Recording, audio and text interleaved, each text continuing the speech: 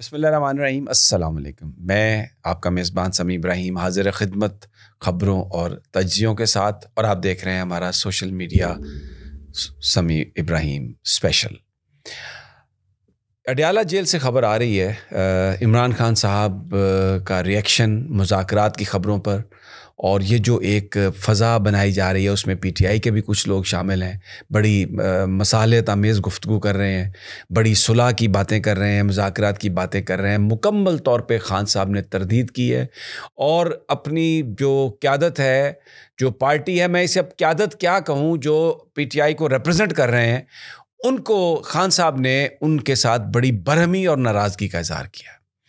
اور انہوں نے کہا ہے کہ میں دعوت دیتا ہوں مذاکرات کے لیے، ملاقات کے لیے میں دعوت دیتا ہوں مولانا فضل الرحمان کو، محمود خان اچکزئی کو، پیر پگاڑا صاحب کو، اور جماعت اسلامی کے نعیم الرحمان صاحب کو کہ وہ میرے ساتھ آ کے اڈیالہ میں ملیں.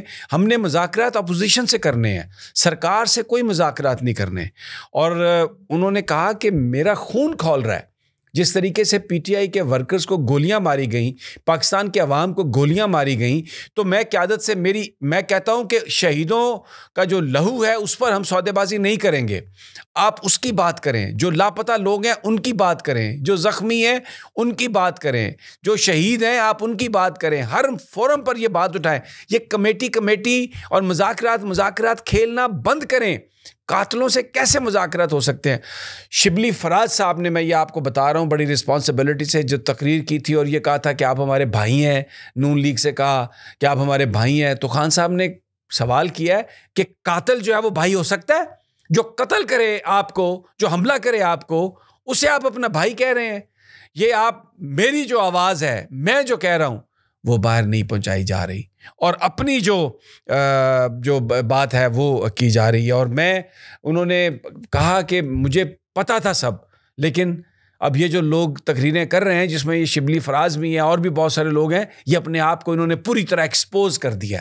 یہ میں آپ کو وہ بات بتا رہا ہوں جو خان صاحب نے کی ہے.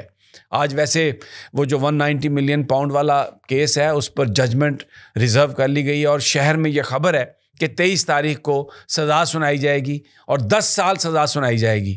یہ دیکھ لیں، اب یہ پہلے خبریں آ رہی ہیں. اب مجھے نہیں پتا کیا ہوگا، لیکن میں آپ کو یہ بات پہنچا رہا ہوں. اور 190 ملین پاؤنڈ کا جو ریفرنس ہے، اس میں جو پروسیکیوٹ ہوئے ہیں نا، وہ صرف دو لوگ ہیں. ایک عمران خان صاحب اور ایک ان کی اہلیہ بشرا بی بی صاحبہ. اب کیا ان کو بھی سزا سنائی جاتی ہے؟ اور پھر کہ ان کو بھی ظاہر اگر سزا سنا دی جائے گی تو ان کو بھی گرفتار کر لیا جائے گا. اور اس میں پھر جو جسٹس عامر فاروق ہیں، جو اسلام آباد ہائی کورٹ کے چیف جسٹس ہیں، وہ 24 تاریخ کو چلے جائیں گے چھٹیوں پر اور آئیں گے 10 جنوری کو. اور 23 کو عمران خان صاحب کو یہ فیصلہ سنائے جانے کا امکان ہے، جو شہر میں بات ہو رہی ہے، اور اس میں 10 سال کم از کم سزا جو ہے وہ سنائی جائے گی. تو یہ آپ کے سامنے ہے. اور جو دوسری جو بات ہو رہی ہے، میں نے وہ آپ کو بتائی ہے. میں نام نہیں لینا چاہتا. یہ جو ساری قیادت ہے جو پارٹی کو چھوڑ کے چلی گئی تھی، اب یہ آ کے پارٹی پر ایک طرح سے اس کے بیان اور یہ تاثر دے رہے ہیں کہ مذاکرات ہونے ہیں، مذاکرات کرنے ہیں. بالکل خان صاحب نے کہا کہ ہمارے کوئی حکومت سے قاتلوں سے مذاکرات نہیں ہو سکتے جب تک شہداء کا مسئلہ، جب تک مسنگ پرسن کا مسئلہ، جو لوگ گمشدہ کر دیے گئے ہیں، جن کی لاشیں غائب کر دی گئیں، جب تک یہ مسئلے حل نہیں ہوتے اور ان پر کھل کر بات نہیں ہوتی، کوئی حکومت سے مذاکرات نہیں ہوں گے. اپوزیشن سے مذاکرات ہوں گے. اس کی ہم نے بات کی ہے. اور یہ میں آپ کو ایک اور بات بھی بتا دوں. ایک بڑی شخصیت جو ملاقات کرنے گئی تھیں، اور اس میں یہ تھا کہ یہ تاثر ابھرا تھا کہ شاید جیل حکام نے ملاقات نہیں کرنے دی. تو میں آپ کو یہ بالکل فرام ہارسز ماؤتھ بتا رہا ہوں کہ کلیئر کیا گیا نام کسی اور طرف سے.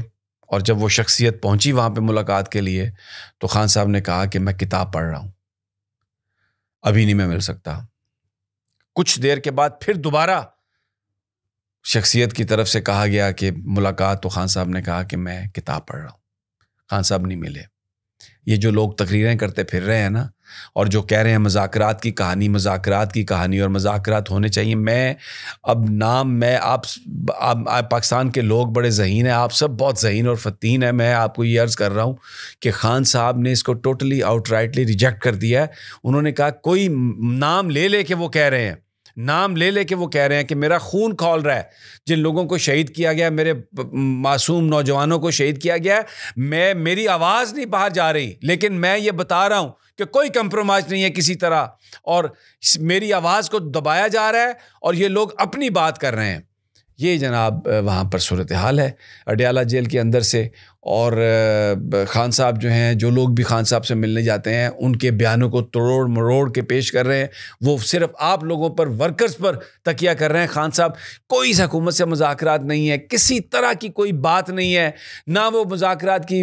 اب دیکھیں نا خواجہ آصف صاحب، بجائے اس کے کہ وہ جو پاکستان کی 4 کمپنیوں پر امریکہ نے سینکشن لگائی ہے بیلسٹک میزائل پروگرام میں مدد، NDC کی مدد کرنے کی، اور بجائے اس پر بات کریں انتہائی گھٹیا بیان دے رہے ہیں یہ عمران خان کے بارے میں، تحریک انصاف کے بارے میں، او جی ہمیں درخواست دیں، یہ کریں۔ اچھا، رانا ثناء اللہ کہہ رہے ہیں کہ جی اتوار تک مذاکرات شروع ہو جائیں گے۔ یہ کیوں کہہ رہے ہیں؟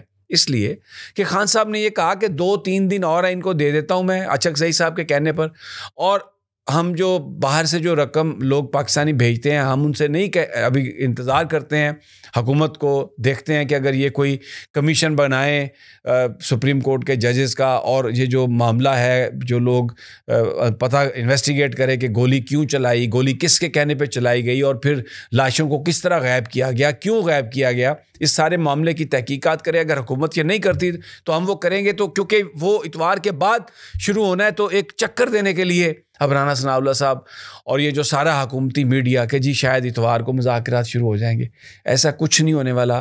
خان صاحب کوئی کمپرومائز نہیں کر رہا ہے، اسی لیے جو انڈیپینڈنٹ میڈیا کے لوگ ہیں، صحافی جو ہیں، جو وہ رپورٹ کرتے ہیں جو خان صاحب کہتے ہیں، ان کو جانے کی اجازت نہیں ہے، اور پھر جو رپورٹ کروایا جاتا ہے اس میں ان رپورٹرز کو مورد الزام نہیں ٹھہراتا جو وہاں پر جاتے ہیں، لیکن جو چیزیں مین سٹریم میڈیا پر رپورٹ کروائی جاتی ہیں وہ ایسی ہیں کہ جس سے مومنٹم، اگر کوئی حکومت کے خلاف اگر بننے والی بات ہوتی ہے تو وہ اس کو روک دیتے ہیں۔ اب یہ میرے پاس ہے، یہ بڑی یہ امپورٹنٹ بات ہے، جو 4 جو کمپنیاں ہیں جن کو وہ پابندی لگائی گئی ہے، یہ میں آپ کو بتاتا ہوں۔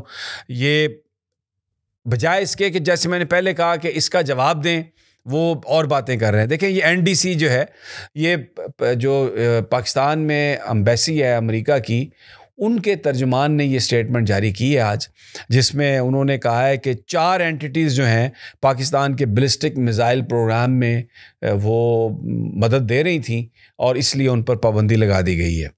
نیشنل ڈیولپمنٹ کمپلیکس جو ہے نا NDC، جو اسلام آباد میں ہے، وہ یہ اس طرح کی کیپیبلٹیز لینے کی کوشش کر رہا ہے۔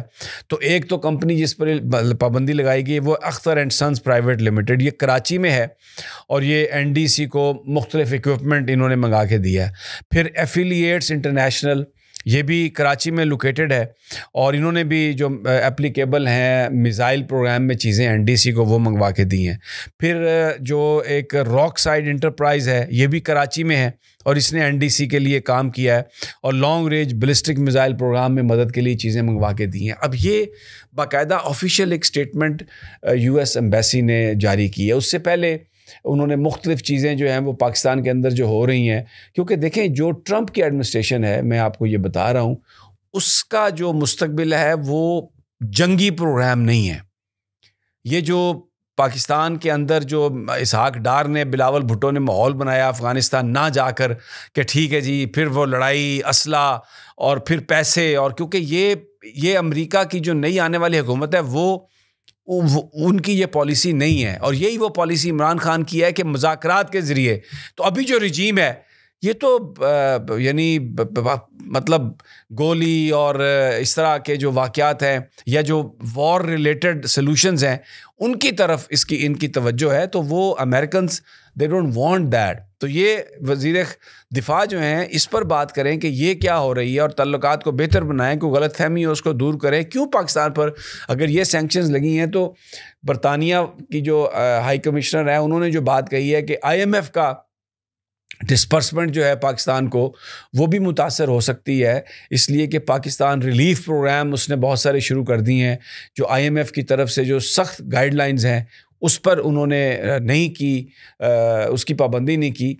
اور پھر جو پاکستان کے اندر جو ہیومن رائٹس وائلیشنز ہیں جس میں عمران خان اور PTI کے سینکڑوں ہزاروں لوگ جو ہیں، تو یہ ساری وہ چیزیں جو ہیں اس کو سامنے رکھ کر اگر آپ دیکھیں تو سچویشن جو ہے وہ بڑی عجیب و غریب ہے اور یہ سب چیزیں ہو رہی ہیں. تو میں مزید جو اس حوالے سے تازہ ترین ہوگی وہ ہم آپ کے ساتھ شیئر کریں گے. اجازت دیجیے اگلی ویڈیو تک. اللہ نگہبان.